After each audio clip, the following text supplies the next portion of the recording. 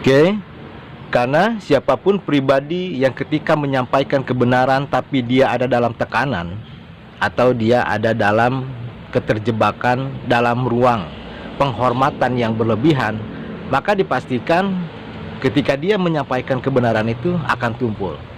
Oke, maka inilah mungkin yang menjadi alasan terkuat kenapa beliau Gus Fuad keluar dari Laskar NKRI. Intinya beliau ingin tetap menyampaikan nilai kebenaran sekalipun nilai kebenaran itu pahit. Tapi yang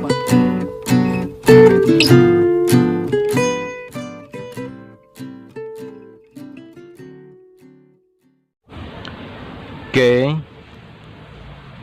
diawali dengan kalimat sakti Bismillahirrahmanirrahim.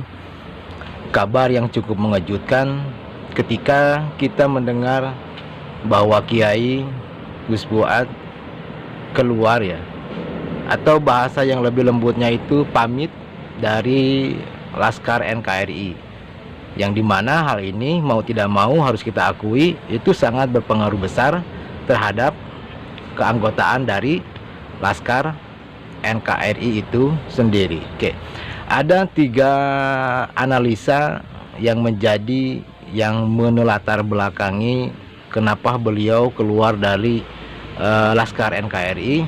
Yang pertama adalah karena adanya ketersambungan dengan kasus pemalsuan makam. Oke, ini sebuah analisa karena adanya ketersambungan dengan kasus pemalsuan makam, yang dimana di dalam kasus pemalsuan makam itu adanya kecurigaan, adanya kecurigaan yang melibatkan Habib Lutfi bin Yahya, hingga menimbulkan pro kontra, berbenturan ideologi antara keanggotaan satu sama lain dari anggota Laskar NKRI itu sendiri.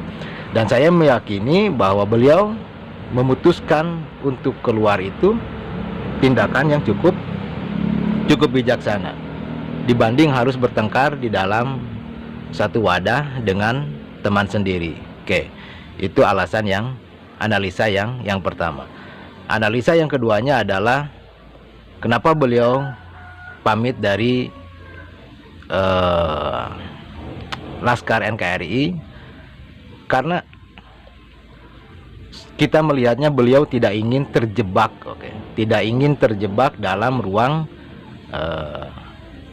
kecanggungan, kecanggungan, rasa kaku, terjerumus atau tersandra dalam beratnya oleh rasa penghargaan, hingga bila kita terjebak dalam ruang itu, tersandar dalam ruang itu, kemungkinan besar ketika akan menyampaikan nilai kebenaran itu akan menjadi tumpul.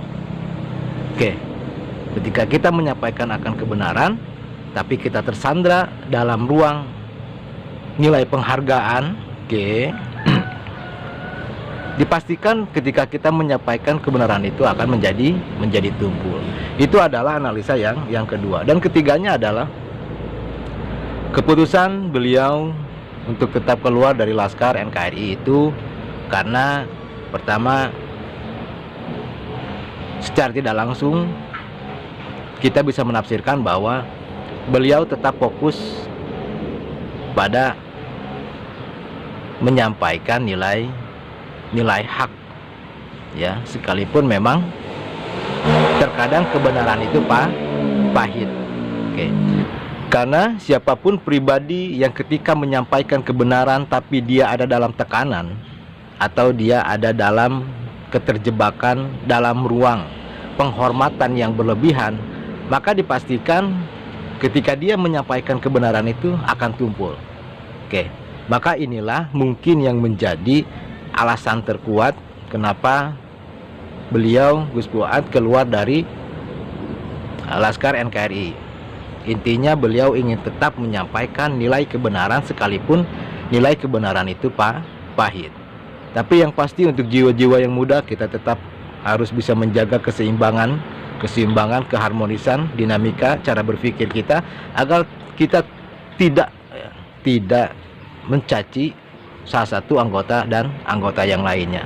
Oke, ada hal yang memang harus kita abaikan dan ada hal juga yang memang harus kita fokuskan. Jangan sampai kita memfokuskan sesuatu hal yang memang pantas diabaikan, tapi justru kita mengabaikan sesuatu hal yang memang harus kita difokuskan.